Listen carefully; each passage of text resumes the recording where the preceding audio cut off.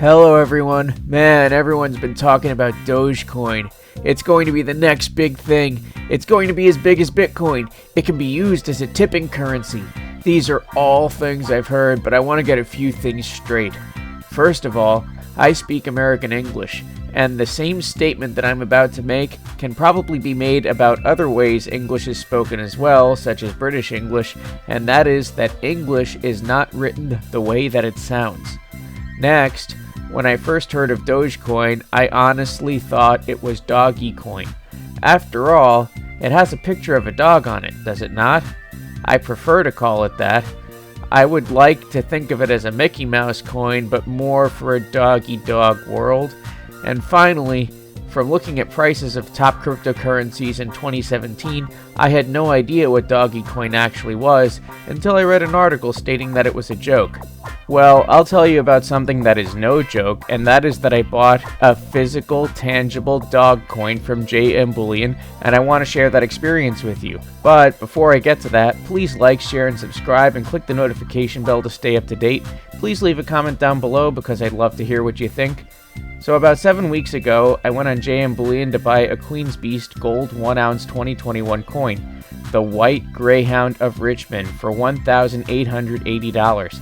I also decided to get a 1-ounce silver coin from the Perth Mint, the Australian wedge-tailed eagle, which was almost $40, but it looked like such a beautiful coin that I felt compelled to add it to my collection. Now, if you've seen some of my recent unboxings from JM Bullion, you may take note that they didn't pack some of those expensive coins too well, and this time they did not disappoint, and the coin was completely outside of the coin flip and may have gotten a little scratched by the other coin in the box during the shipping. I know there are advantages as a US citizen to getting US coins, but there are also advantages in getting a variety of coins, such as the fact that I get to have a collection. It makes buying gold and silver more fun if I feel like I'm adding to a collection, as well as building and completing something such as a collection. I'm going to be open and honest about this. I used to have a shopping problem. I say used to because I don't feel like I have one anymore, and the cure for that was to buy gold and silver. I know that it sounds crazy that I replaced one shopping problem with another, but to me this makes a lot of sense. If it's difficult for me psychologically to hold on to cash because I feel like I need to spend it and I'm going to spend it as soon as I have it, then it's better if I spend it on something that is guaranteed not to be worthless and that I will be able to sell in the future. The great thing about buying gold and silver is that it doesn't take up a lot of space. For comparison, you can see the measurements I will take of each of these coins, and then you can compare that to power tools. Which one takes up more space?